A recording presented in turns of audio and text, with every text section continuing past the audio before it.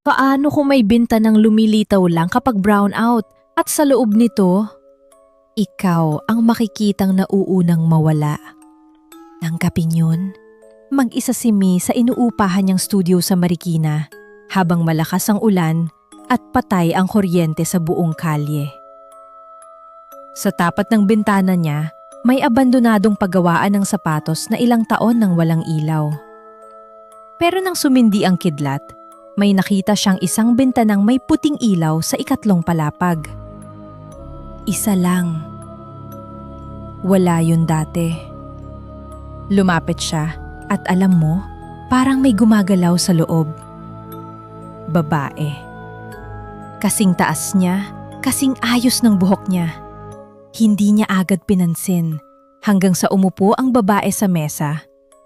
Mesa rin ni May ang nasa loob. Tapos, yumuko ito. Nagsulat sa papel at idinikit sa salamin ang dalawang salita. Huwag tumingin. Pero bakit siya binalaan ng sarili niyang anyo? Panuurin ang part 2.